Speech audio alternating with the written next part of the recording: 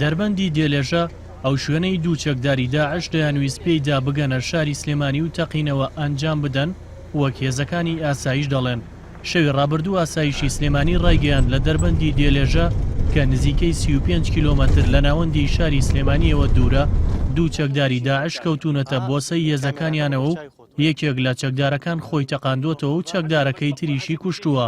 بەهۆی تەقینەوەکەشەوە 4 کارمەندی ئاسایشی ڕۆژاوای سلێمانی بریندار بوون. ئێرە ئەو شوێنەیە کە دوو چەکداری داعش کەوتنە بۆسەی هێزەکانی ئاسایشەوە کە دەیانویست ئەم ڕێگا بەکار بهێنن بۆ ئەوەی بگەنە شاری سلێمانی و خۆیان لە بازگەکانی هێزەمنیەکان بشارنەوە.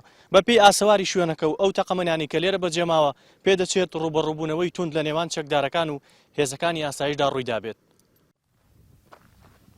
شایەت حاڵەکان باس لەوە دەکەنەوە ئۆتۆمبیلەی چەکدارەکانی تێدا بووە گەیشتووەتە دەربەندی دێلێژە و هێزەمنیەکانیان بینیوە پاشان گەڕاونەتەوە، بەڵام هێزێکی تری ئاسایش گەیشتوونەتە سەریان و ڕوبەڕووبوونەوە ڕوویداوە. پاشان لە بەرامبەر گوندی ژاڵا ئۆتۆمبیلەکە تەقیوەتەوە.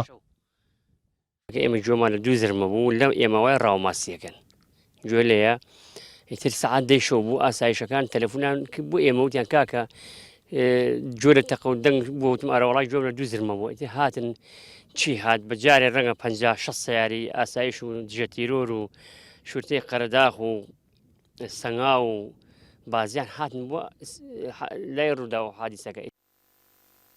بەوتەی بەڕێوەبەری گشتی ئاسایشی سلێمانی ئەو دوو چەکدارە لە شاخی ئاشداخەوە هاتوون.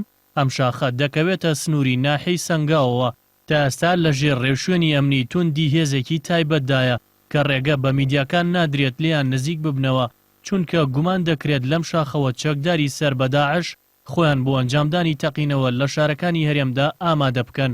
جگە لە شاخی ئاشداخ بەشێک لە دانیشتوانی گوندەکانی بناری زنجیرە شاخی سەگرمە باس لە دەنگۆی بوونی چەکدار دەکەن و دەڵێن شوانەکانیان چەند چەکدارێکیان بینیوە کە پرسیاری ئەوەیان لێکردوون کە نوێژ دەکەن یان نا.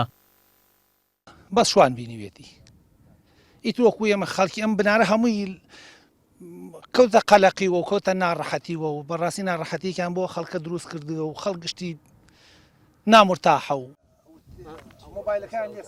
بەپێی زانیاریەکانی ئەنارتی ئەو دوو چەکدارەی لە تەقینەوەکەدا کوژراون یەکێکیان کورد بووە و خەڵکی ناوچەی یاغجەلەری سەر بە قەزای چەمچەماڵ بووە. تۆمەتباریش بووە بە کوشتنی 11 شۆفێری تاکسی کە ساڵی 2014 تەرمەکانیان لەسەر ڕێگەی کەرکووک سلێمانی دۆزرانەوە. چەکدارەکەی تریش عەرەب بووە. دوو تێرێرسکە ئۆتۆمبیلێکی خەمەریان پێبوو لە نزیک دەربەندی ژاڵا کەوتنە بۆسەی هێزەکانی ئاسایشی ڕۆژ ئاواوە. لەو کاتەیە ویستیان پەلاماری هێزەکانی ئاسایش بن بە تەقەکردن و بەنارنجۆک، بەڵام زۆر شێرانە لیان هاتنە دەست.